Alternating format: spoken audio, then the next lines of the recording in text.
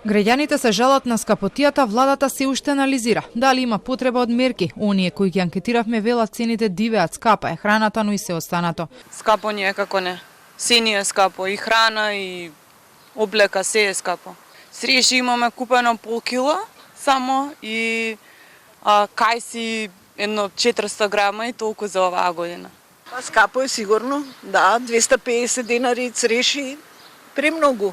Јас сум сама, не ми е скапо мене. Малце купувам и така. Кој се повеќе, им е скапо.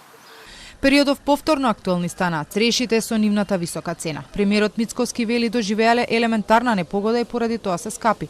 Истото очекува да се случи и со јаболкото.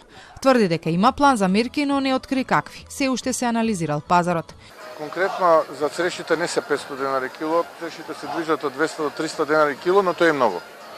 А тоа е така поради студот и тоа што беше наистина елементарна непогода за црешите. Внимателно следиме што се случува во маркетите и се разбира доколку има одредени непринципиелни однесувања или јас како што ги нарекувам трикови, ќе делуваме и на кои имаме во план да носиме мерки. Какви? Па ќе биде благовремено јавноста запознаена. Министерот за економија Дурмиши пак од она што го видел заклучил дека нема драстично зголемување на цените.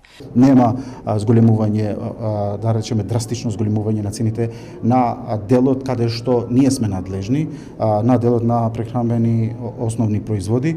Проблемите со цените траат веќе подолго време. Последната мерка која се донесе за да се стабилизираат истече пред повеќе од 1 месец. Се уште нема ништо ниту за новата потрошувачка кошничка за која владата зборуваа дека ќе била реална, а не за политички цели. До измени дојде откако и премиерот и министерката за финансии зборуваа дека во сегашната има спорни производи. Статистика пак последно измери повисока инфлација од 3,3% во мај годинава во однос на мај лани.